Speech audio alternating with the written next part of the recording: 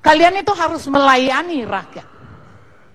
Jangan bikin diskusi-diskusi aneh seperti ini, lalu rakyat nanti disuruh nunggu. Apa ini? Apa kita nggak punya malu? Tonton itu film supaya kalian bisa bercermin. Itulah Indonesia. Supaya kalian bisa nangis seperti rakyat nangis menunggu kalian berunding, bahas-bahas. Come on, mikirlah. Tuhan kasih kalian kesempatan memimpin, lakukan sesuatu yang baik. Jangan malah bela ini, bela itu, bela itu. Mengerti apa? Anda mengerti politik itu sejak kapan? Ini politik brengsek. Aku bukan ahli politik, tapi aku punya common sense. Aku punya sensitivitas, aku punya empati pada kehidupan. Karena yang kalian kelola itu adalah kehidupan rakyat Indonesia. Jadi jangan mencari-cari, datang ini anak lagi bawa-bawa laporan. Kamu gak malu begitu? Aneh aja loh. Kalau kamu mau, belajarlah, lihat apa yang terjadi pada bangsa ini. Saya sudah lama, dengan teman-teman saya di gerakan saya sudah lama mengatakan kita akan tiba pada titik ini. Ini titik paling konyol. Konyol, tidak berwibawa, kehilangan harkat, kehilangan harga diri, itulah Indonesia sekarang. Buat aku, di sini ini negara sudah tidak punya kepala negara. Jangan manja-manja. Nggak ada kepala negara. Mana kepala negaranya? Mundar-mandir sana sini, oh nggak usah, jangan dibilang ragu, jangan. What? Emang kita tolol? Jangan kalian membuat ya seolah-olah bangsa ini atau negara ini tidak punya undang-undang dan aturan. Kalian mau berpolitik untuk merebut satu kedudukan, silahkan. Tapi begitu kalian jadi presiden atau DPR atau apa, buka itu semua politik. Buka. Dan jadilah pengabdi pada rakyat, pada bangsa, pada negara. Kalian tuh digaji. Rakyat loh yang gaji. Dan rakyat menonton kelakuan kalian. Do something. Aku buat, jangan-jangan Anda juga nggak tahu tuh kalau misalnya dari tadi ngomong konstitusi yang mana? Yang udah diacak-acak itu. Yang udah jadi liberal itu. Yang membuat kita makin miskin itu. Itukah konstitusi?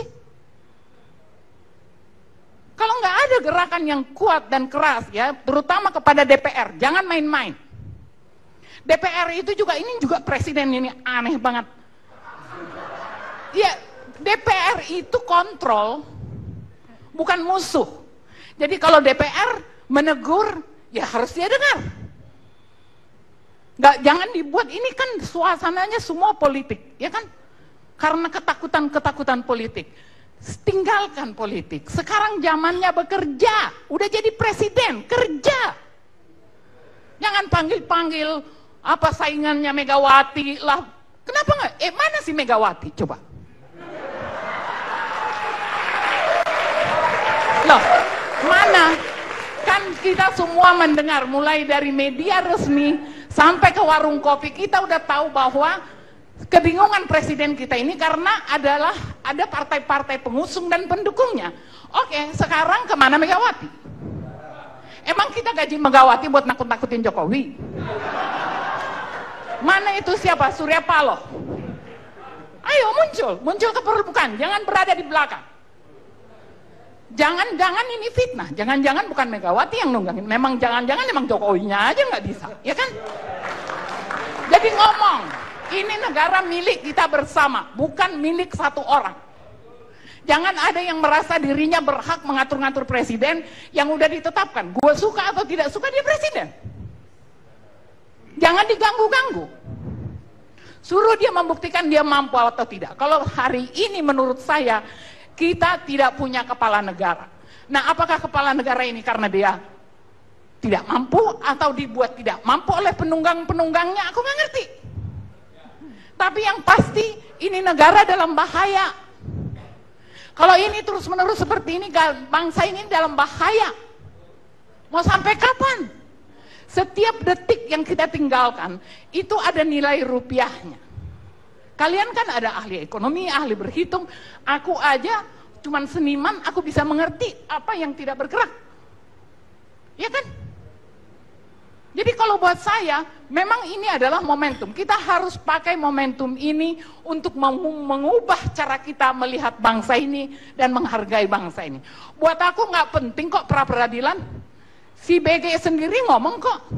Dia ngomong apa tuh? Pokoknya kalau saya nggak dilantik, saya akan bongkar kecurangan pemilu. Apa nih? Ya artinya secara kualitas manusia ini nggak benar. Saya kira dia nggak ada ngomong gitu. Dia ngomong di media. Ya, di media. Ngomong. Ya, dia waktu apa? Waktu dari sekretaris presiden kepresidenan mengatakan supaya mundur, dia bilang kalau saya nggak dilantik, saya akan bongkar. Nah, maksud saya ini secara kualitas saja udah nggak benar.